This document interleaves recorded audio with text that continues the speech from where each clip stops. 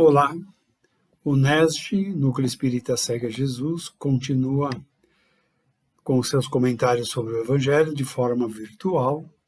Sejam todos bem-vindos.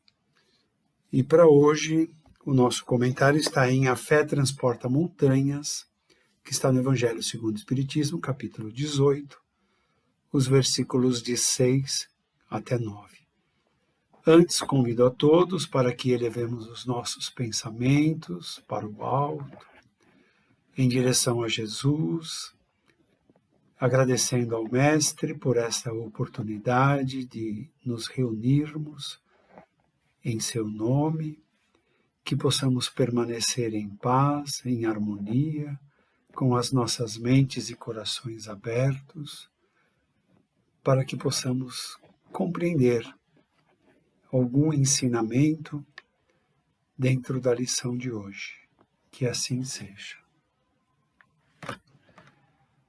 Então, Jesus, certa vez, viveu a seguinte experiência. Está em Mateus capítulo 17, os versículos de 14 a 19, onde um pai em desespero encontra Jesus num ambiente público, se ajoelha, se atira aos pés de Jesus, e em prantos ele diz: Senhor, cura o meu filho. Meu filho está lunático, está endemoniado. Se atira na pedra, se atira no chão, se atira no fogo, nas águas. Eu pedi ajuda aos seus discípulos, mas eles não resolveram. E Jesus diz: homens de pouca fé, aos discípulos, até quando dependerão de mim para realizar aquilo que já estão prontos para realizar? Dito isso, foi até o jovem e, com a energia da sua palavra, a pureza do seu coração, ele cura o jovem. E o pai fica imensamente grato por ter o filho novamente numa situação normal para o seu convívio. Nós aprendemos nessa passagem, a primeira questão, é que a fé de todos nós, ela sofre oscilações. Às vezes, estamos mais confiantes, às vezes, dependendo da situação, dependendo daquilo que passamos, ela oscila. Assim foram os apóstolos. Eles não sentiram confiança suficiente para curar aquele jovem lunático, aquele jovem que sofria transtornos mentais e era de cunho espiritual. Então, essa oscilação de fé acontece. O que nós precisamos fazer é desenvolver a fé inabalável. E o que é a fé inabalável? É a fé que passa pela nossa razão, que vamos acreditar naquilo que fizer sentido. O nosso raciocínio precisa aceitar. Se a fé nos vem imposta, num primeiro momento de fragilidade, de dependência, ela vai fazer sentido. Mas basta um pensar mais profundo, um raciocínio mais lógico, e aquela fé imposta começa a não fazer mais sentido. Então, só vamos acreditar naquilo que a nossa razão permitir acreditar. Ter uma fé cega é ter a fé oscilando. Ora vamos acreditar, ora vamos duvidar. Isso não é fé. Então, fé inabalável vem com o nosso raciocínio, que é a proposta da codificação feita por Allan Kardec. O Espiritismo tem a sua fé fundamentada no raciocínio. Chamamos de fé raciocinada. As coisas precisam fazer sentido, as coisas precisam ser explicadas para poder ser entendido. Quando se tem a explicação, quando se passa pelo crivo da razão, qualquer que for a situação, fará sentido para nós. Então, fé imposta, ela leva também a uma situação de muito desconforto, que é o fanatismo. O fanatismo é muito presente nos dias de hoje, não é? Encontramos mundo afora situações que as pessoas são fanáticas pela sua crença, pela sua filosofia, pela sua religião, seja ela qual for, materialista, espiritualista, mas fruto de uma falta de raciocínio. Com um pouquinho de pensar, um pouquinho de meditação, nós vamos perceber que não há uma doutrina que possa se sobrepor às demais. Todas são importantes. Todas visam ligar o ser humano a Deus. Umas de um jeito, outras de outro, mas todas têm esse objetivo. O que acontece é que o despertar de consciência de todos nós, ele avança, ele evolui. E às vezes aquele lugar que estamos seguindo, aquela fé que estamos proferindo, começa a deixar de fazer sentido. Então, temos dois caminhos. Um, nos anularmos, outro, buscar o sentido para as coisas, sem cair no fanatismo. O fanatismo não resolve nada. Ele agrava as situações conforme vamos nos perdendo. Marcos, no capítulo 11, vários versículos, ele conta uma passagem de Jesus. Eles vinham caminhar e de longe Jesus avistou uma figueira e falou: vamos até lá para nos alimentarmos, comermos o fruto daquela árvore. Mas a árvore não tinha frutos. E Jesus disse: de que vale uma figueira, de que vale uma árvore frutífera que não dá frutos? Essa lição é muito ampla, muito grande e serve para nós, porque Jesus falava utilizando exemplos da natureza, exemplos entre os vegetais, os animais, criava histórias também, mesmo entre os seres humanos, com um fundo moral muito grande. Então Jesus quis dizer que a figueira, uma árvore bonita, frondosa, que chamava a atenção, mas sem frutos. Então, ela não tinha conteúdo. Ele se refere a ser humano, aquele ser humano que se traja muito bem, que fala muito bem, que convence pela oratória das coisas de Deus, das coisas do reino de Jesus, mas que não dá frutos, que não pratica, que não vive aquilo que fala. Encontramos muitas pessoas assim, né? Pessoas que cobram a moral no lar, no trabalho, entre amigos, mas que não têm essa moral toda, que não tem essa plenitude de moral para poder cobrar. Encontramos em todos os cantos.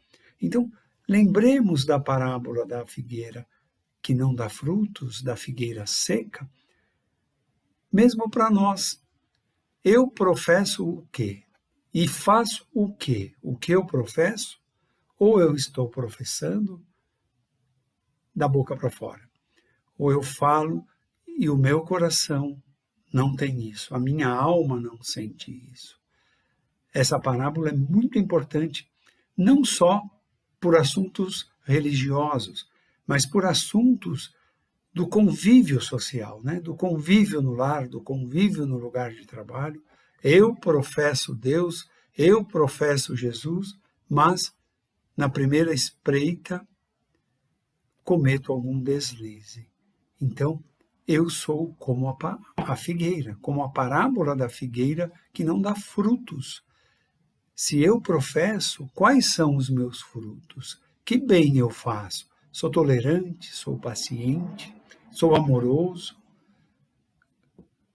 perdoo. o que eu faço daquilo que eu falo, daquilo que eu acredito, daquilo que eu professo. Essa parábola é muito boa e serve para todos sempre, para todos nós. Constantemente vamos nos lembrar e refletir sobre o que estamos falando, sobre o que estamos fazendo, sobre o que estamos pensando também. Então, muitas pessoas têm a aparência do bem, mas é uma carapuça, é uma vestimenta, é um traje, é uma roupa, porque suas palavras às vezes entregam quem de fato é essa criatura. A aparência não condiz então com essas palavras. Precisamos estar atentos para conosco, não para com o próximo. O próximo precisa estar consciente de si mesmo, ter o olhar para si mesmo.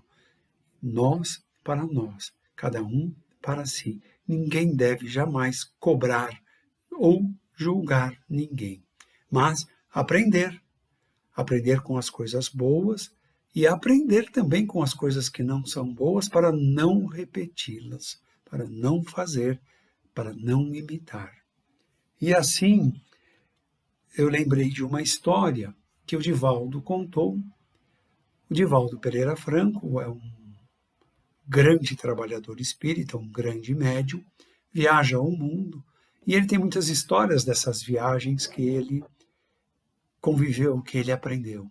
Em uma dessas viagens, ele estava no estado da Califórnia, nos Estados Unidos, e ouviu a história de um jovem casal, ambos de família de muitos conceitos, né, morais, de muitas posses, de muita formação social, religiosa, casaram.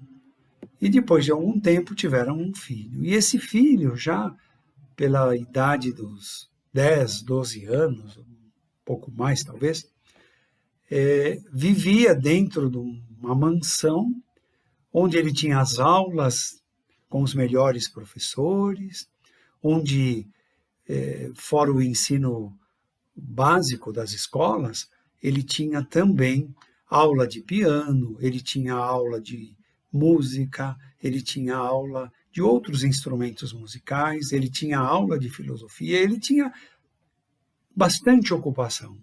Era um jovem sendo preparado para dar sequência nas posses que o pai possuía, que o pai herdou e que a mãe também possuía. Então, totalmente voltado à sua formação e não convivia com as pessoas. Certa vez, a mãe tinha programado visitar um orfanato e convidou o filho para ir junto, para ver como era um orfanato. Pois o menino adorou ir ao orfanato. Se envolveu com outros meninos, outras meninas, e brincaram, pularam, cantaram. Foi uma diversão só. E esse menino ficou encantado. Na hora, e a mãe levou para lá brinquedos, alimentos, fez doações, como a sua fé pedia para levar. Ela cumpria com a sua fé. No caminho de volta para casa, na carruagem, né, o menino disse: mamãe, adorei esse lugar. Quando voltaremos? Quando poderei estar aqui de novo? E a mãe: não, meu filho, aqui não é um lugar para você. Eu só trouxe para você ver como algumas crianças vivem. E o menino insistia, insistia, insistia. No decorrer dos dias, e a mãe nada. Em conversa com o pai, resolveram viajar e foram para a Europa. Estavam numa cidade, um país mais frio, e o menino adoeceu com febre, resolveram ir para um lugar mais quente, foram para a Itália. E na Itália a doença foi se sobrepondo e tomou conta do menino. E ficaram em desespero com os melhores médicos, com tudo que o dinheiro consegue trazer. Não conseguiram salvar a vida do menino, que veio a falecer. Em desespero, juntaram tudo, voltaram para a cidade de origem, fizeram o funeral com as honras daquilo que acreditavam, e após aquele período de luto, a mulher tomou consciência do que ela deveria fazer. E com o marido, iniciaram uma atividade que pudesse levar ensino a outras crianças. Essa atividade, hoje, nós conhecemos como uma das maiores universidades que existe no mundo, a Universidade de Stanford. Conta Divaldo, que ainda se acolhe, talvez em menor proporção, não sei, não acompanho, mas sei por pesquisas que é uma das maiores, das mais renomadas universidades que existe no mundo. Então, a lição que a mãe, que o pai aprenderam foi dolorosa, que a fé que professavam era morta, era como a figueira seca. E eles entenderam com a morte do filho que eles poderiam gerar frutos através da fé deles. Então, o que fica para nós é a lição. Não a dor da morte do menino, porque isso já tem mais de 100 anos. A universidade é do final do século XIX, 1800 e não sei quanto. O que fica para nós? Eu estou gerando bons frutos? A minha fé está me levando a gerar bons frutos, a levar a calma, a paz, a serenidade? Ou a desavença, a desarmonia? Ou o melhor para mim, mesmo que sobrando nada para o próximo? Então, meus irmãos, pensemos, o tema de hoje é muito rico, o Evangelho segundo o Espiritismo dá muitos caminhos. Pensemos, meditemos, reflitamos sobre a nossa fé, como está. Nesse momento, nós agradecemos a Jesus por essas lições tão ricas, tão profundas, que nos levam a olhar para o nosso interior, a olhar para nós mesmos e para aquilo que fazemos e aquilo que devemos fazer. E nesse momento, juntando os nossos melhores sentimentos, vamos envolvendo o planeta Terra em luzes de paz e de harmonia. Projetamos também saúde em todos os cantos, agradecendo a todos aqueles que enfrentam a pandemia, tornando as nossas vidas melhores, seja nos serviços médicos, nos serviços de limpeza, de portaria, de transportes, a todos eles. Vibramos também para que o Núcleo Espírita Segue a Jesus esteja sempre iluminado, acolhendo, ainda que à distância, todos nós, através do pensamento, que todos ali que buscam alguma ajuda possam receber, sejam assistidos, colaboradores, alunos e toda a diretoria. Que possamos vibrar para o nosso Brasil, também muita harmonia entre todos nós, que possamos de fato viver a pátria do Evangelho com muito respeito, amor e solidariedade entre todos nós. E assim, Jesus, permita possamos nos dispersar com a sua paz, envolvendo a cada um de nós e aos nossos lares.